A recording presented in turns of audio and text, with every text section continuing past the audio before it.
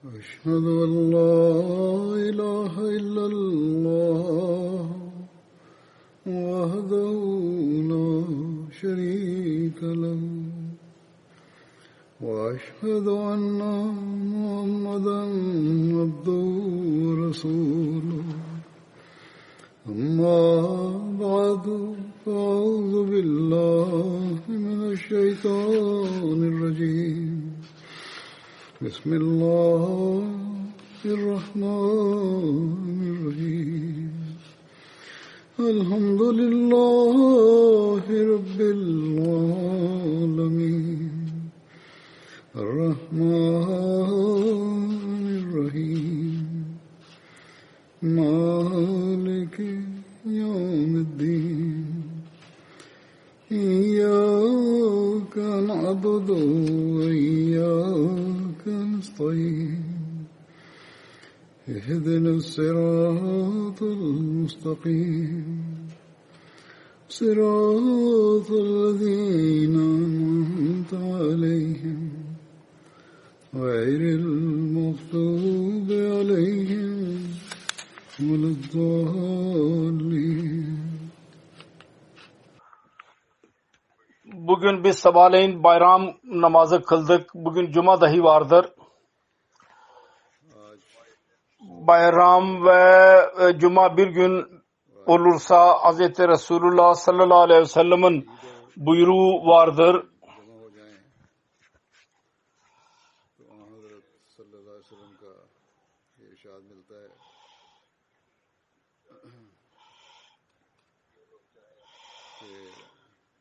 İsteyenler cuma yerine öğle namazını kılabilsinler. Buna izin vardır. Ancak bununla birlikte şu dahi vardır. Bir seferinde şunu dahi buyurdu. Biz cuma kılacağız. Cuma namazını kılacağız buyurdu. Kendisi cuma namazını kıldı. Onun için ben İngiltere amirine bunun işi altında dediydim. Her kim öğle namazını kılmak isterse şüphesiz cemaat ile birlikte namaz kılsınlar ve cuma kılmasınlar. Öğle namazını kılsınlar. Bugünlerdeki durumda daha fazla camide cuma namazı kılınamıyor. Evlerde vardır ve evlerde eğer boş iseler cuma eskiden kıldıkları gibi kılabilirler. Ve eğer meşgul olurlarsa o zaman ikindi namazını dahi kılabilirler. Ancak biz burada Hz. Resulullah sallallahu aleyhi ve sellem'in fiiline, ameline tabi olarak cuma namazını kılıyoruz bugün. Hz. Müslim Maud radıyallahu anh zamanında aynı şekilde bir defa Kurban Bayramı ve Cuma bir günde oldu. Değişik insanlar deliller ileri sürdüler. Öğle namazı kılmak lazım. Cuma namazını kılmamamız lazım. Buna cevaben Hz. Müslim Maud radıyallahu anh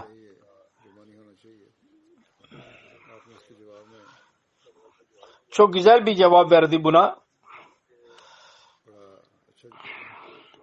Dedi ki kim öğle namazı kılalım diyenler vardı ya, diyor ki bizim Rabbimiz ne kadar cömerttir. Bize 2 bayram vermiştir. Her kim 2 yağlı ekmek bulursa tereyağlı, o niye birisini reddedecek? Her ikisini alacak o. İlla ki başka bir mecburi olursa o başka.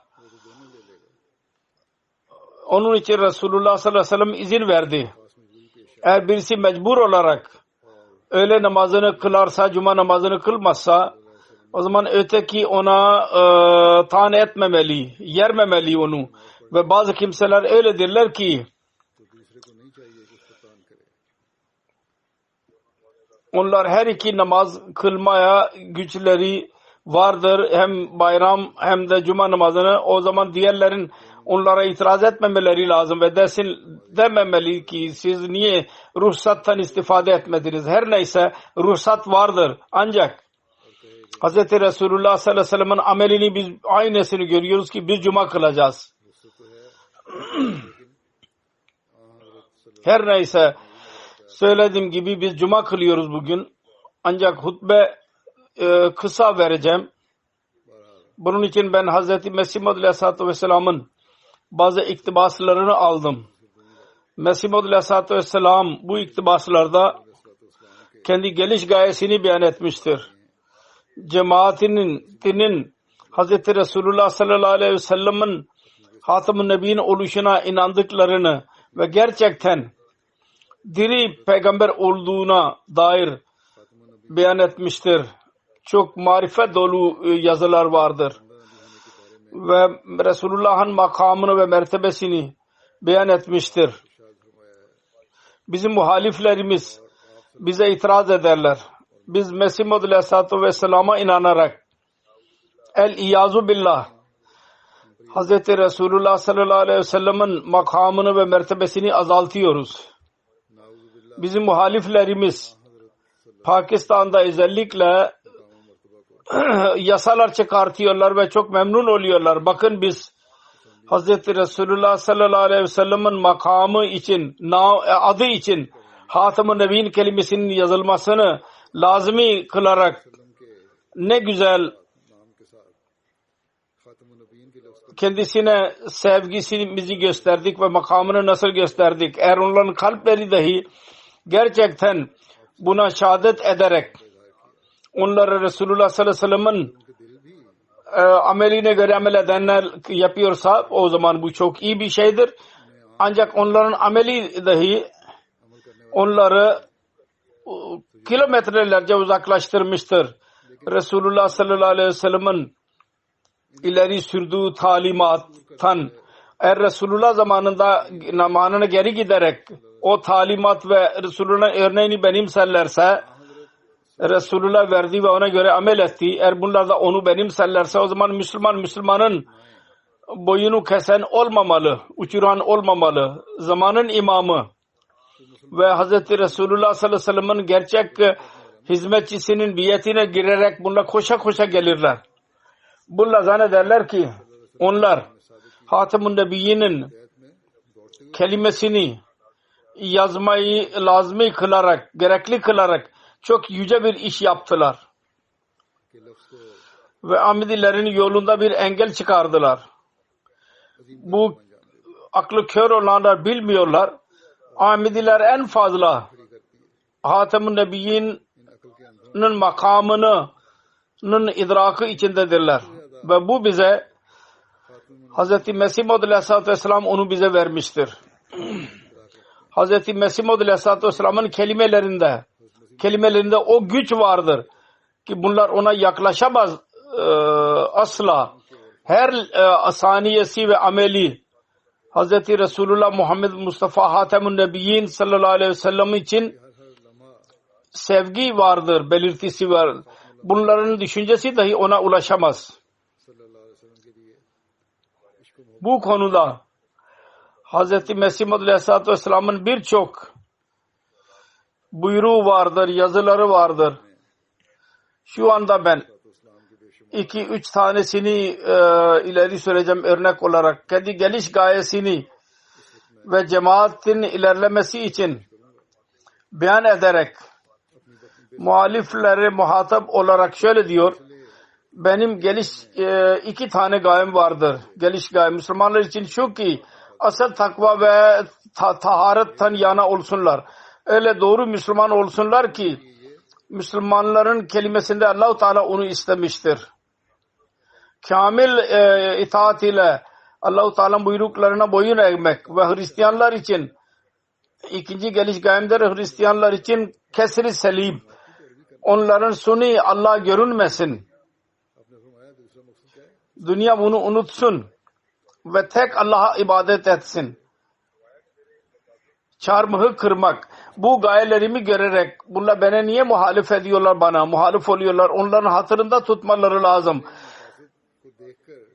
Nifak-ı tabi ve dünyanın pis hayatıyla yapılan işler kendiliğinden o zehriyle helak olacaklardır bunu yapanlar.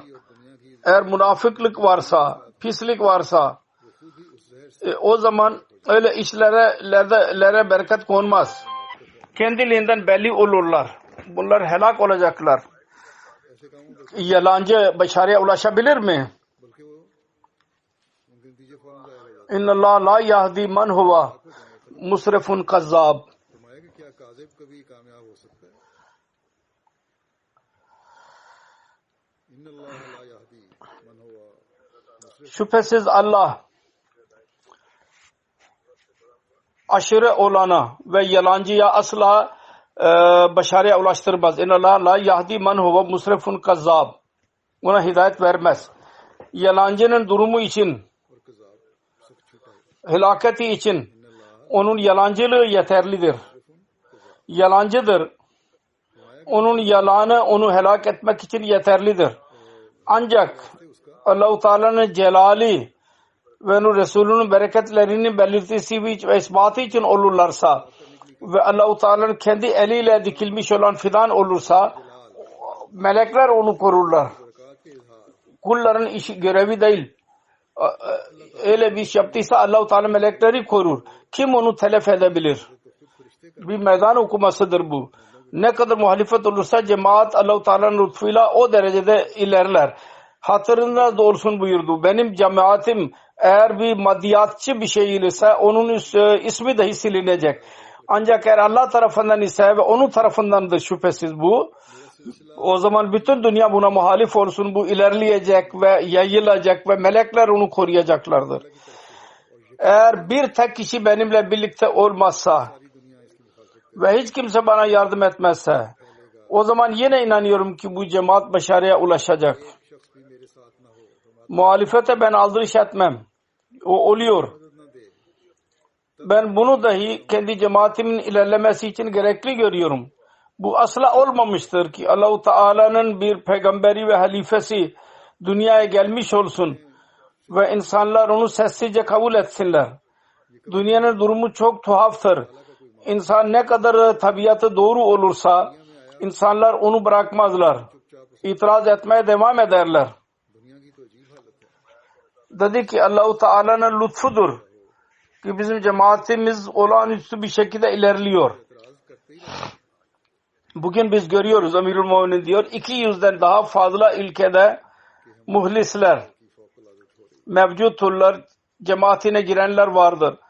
Kendi biyetine girenler. Beyan ettiği zaman yüzlerce dedi Mesih Muhammed Aleyhisselatü Vesselam. Şimdi 100 binlerce Allah-u Teala'nın lütfuyla her sene biyet oluyor.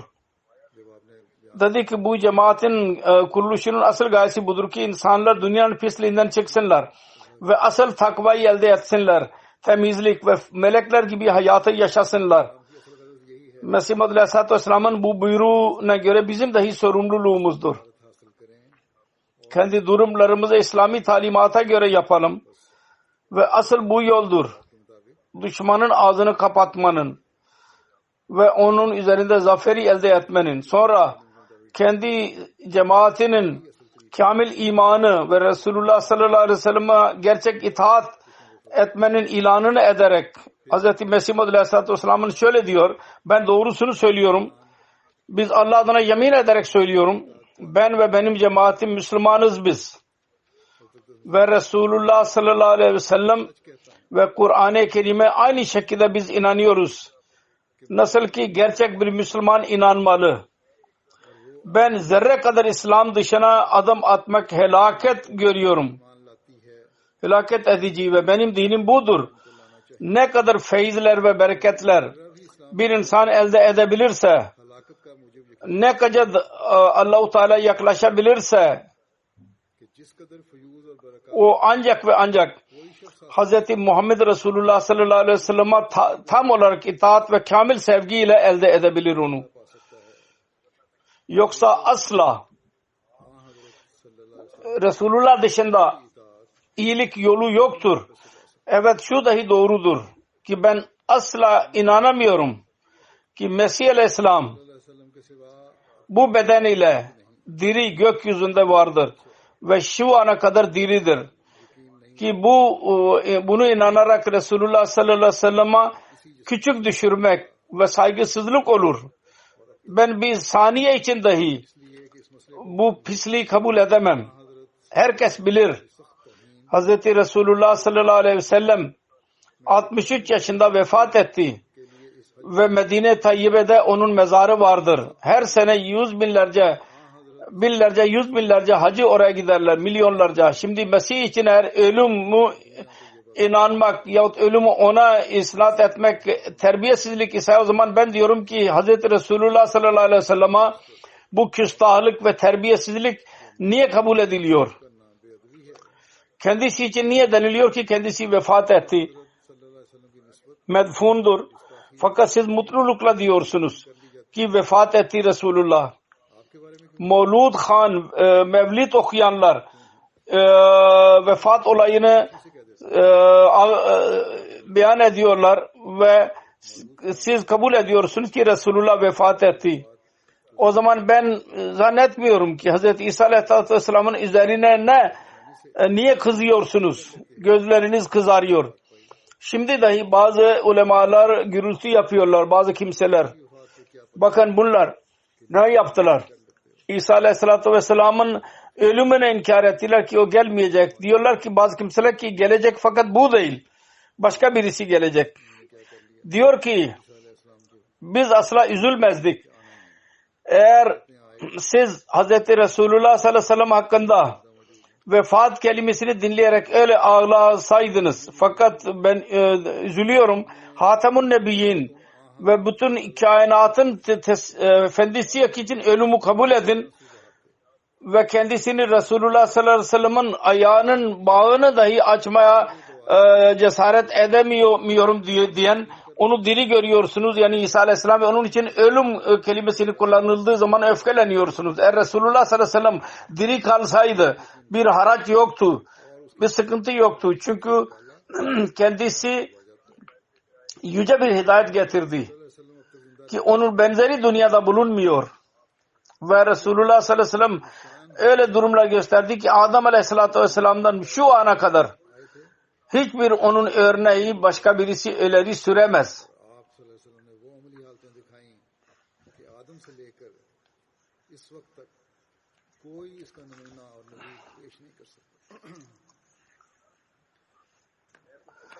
Ben size doğrusunu söylüyorum. Hz. Resulullah sallallahu aleyhi ve sellem'in varlığını Müslümanlar ne kadar muhtaç idilerse Mesih'in varlığına o kadar muhtaç değildirler.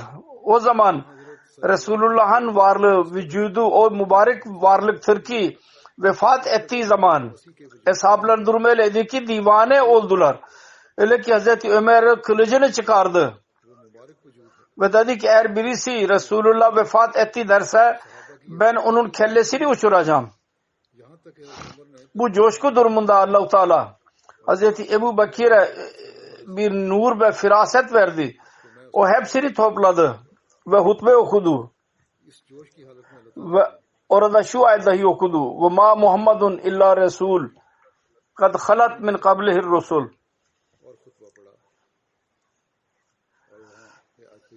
Yani Hz. Resulullah sallallahu aleyhi ve sellem bir Resul'dur ve kendisinden önce ne kadar Resul geldiyse hepsi vefat etti. Şimdi düşünün diyor Mesih Muhammed Aleyhisselam, düşünerek söyleyin. Hz. Ebu Bakır Siddik Hz. Resulullah sallallahu aleyhi ve sellem'in ölümü üzerinde bu ayeti niye okudu? Ve ne gayesi vardı bununla? Sonra öyle durumda ki bütün eshablar oradaydılar. Ben şüphesiz diyorum ki siz inkar edemezsiniz. Hz. Resulullah sallallahu aleyhi ve sellem'in vefatı yüzünden eshabların kalpleri üzerinde büyük sadme vardı. Ve onun zamansız ve zamandan önce görüyorlardı. Onlar sevemediler ki Resulullah sallallahu aleyhi ve sellem'in ölüm haberini dinlesinler. Böyle bir durumda Hz. Ömer gibi celilul kadar sahabi dahi bu coşkuya girdi. Onun öfkesi dinmiyordu. Bu ayet ona teselli verdi sonunda. Eğer onu bilseydi ya kesin bilseydi ki Hz. İsa Aleyhisselatü Vesselam berhayattır, o zaman o da ölecekti. Resulullah'ın aşığıydı ve Resulullah'ın hayatı dışında başka birisinin berhayat olduğuna inanamazdı. O zaman nasıl kendi gözlerinin önünde vefat ve Mesih Aleyhisselatü Vesselam'ın berhayat olduğunu nasıl inandı? Hz. Ebu Bakır hutbe okudu ve coşkusu dindi. O an eshablar Medine'nin sokaklarında bu ayeti okuyorlardı ve zannediyorlardı ki bu ayet bugün indirilmiştir. O zaman Hasan bin Sa'd bir mersiye yazdı. Ağıt yazdı ve dedi ki kunta savada le nazeri fami aleyken naziru man şa ba'daka falyamut fa aleyka kuntu haziru. Bu ayete anlatıldıydı ki herkes öldü. Onun için Hasan dahi dedi ki şimdi birisinin ölümüne aldırış etmem. Şüphesiz bilin ki Resulullah'ın önünde hiçbir insanın hayat, sahabeler onu tahammül edemiyorlardı. Böylece Resulullah sallallahu aleyhi ve sellem vefatı üzerinde birinci icma idi ki dünyada oldu. Ve bunda Hz. Mesih aleyhissalatü vesselam'ın ölümü dahi karar verildi. Sonra Resulullah sallallahu aleyhi ve sellem makamından bahsederek Mesih aleyhissalatü vesselam diyor ki o insan ki kendi zatıyla, kendi sıfatlarıyla, kendi işleriyle, amelleriyle ve manevi ve pak güçlü deryasıyla kemale tamın örneğini ilmen, amelen, sidken ve sebaten gösterdi ve o insanı kamil olarak adlandırıldı. Hiçbir yön baki kalmadı. Fiili, ameli doğrulukların ve ispat etmenin ilim ve irfanın dahi bir örneğiydi. İnsanı kamil olarak adlandırıldı o. Sonra dedi ki en fazla kamil ve insanı kamil olan ve kamil peygamber olan, kamil bereketlerle gelen ki manevi haşer yüzünden dünyanın bir ikinci kıyameti belli oldu ve ölü alem onunla dirildi. Mani hayatı elde ettiler. O mübarek peygamber Hazret Hatemul Enbiya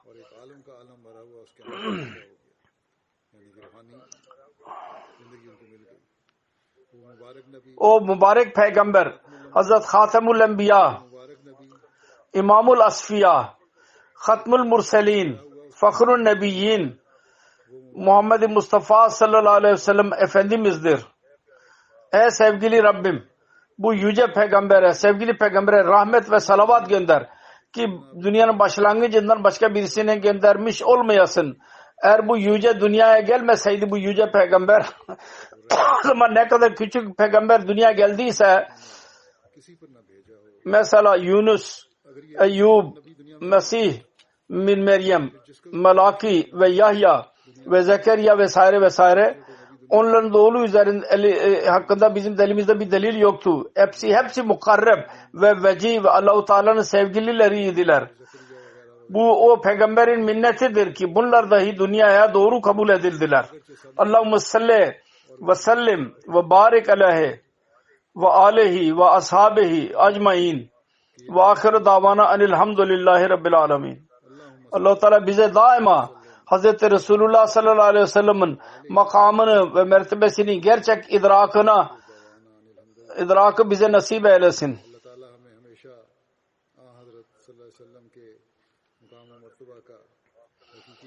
Ve Resulullah sallallahu aleyhi ve sellem'e salavat okumayı bize nasip eylesin.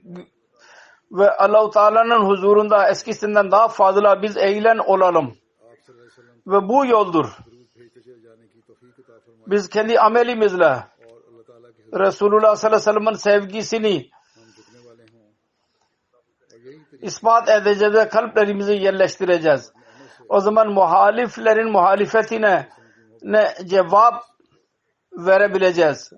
Ameli durumlarımız muhaliflerinin muhalefetine cevap verecek. Allah-u Teala onu bize nasip eylesin. Amin.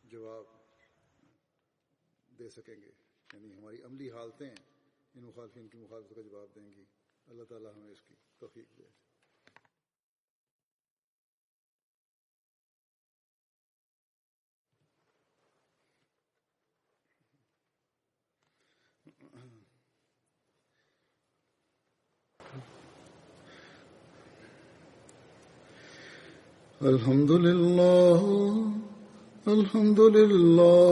nahmaduhu ve nestainuhu ve nestağfiruhu ve nu'minu bihi ve netevekkalu aleyh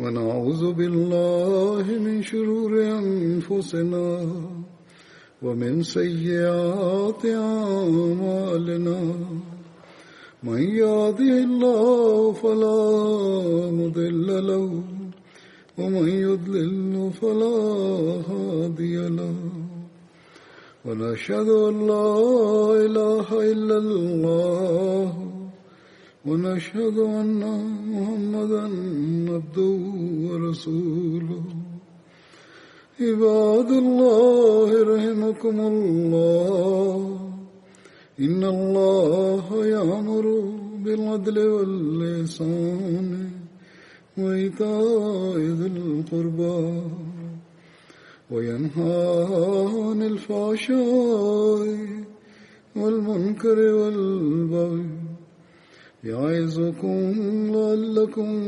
تذكرون اذكروا الله يذكركم وادعوه يستجب لكم ولذكر الله أكبر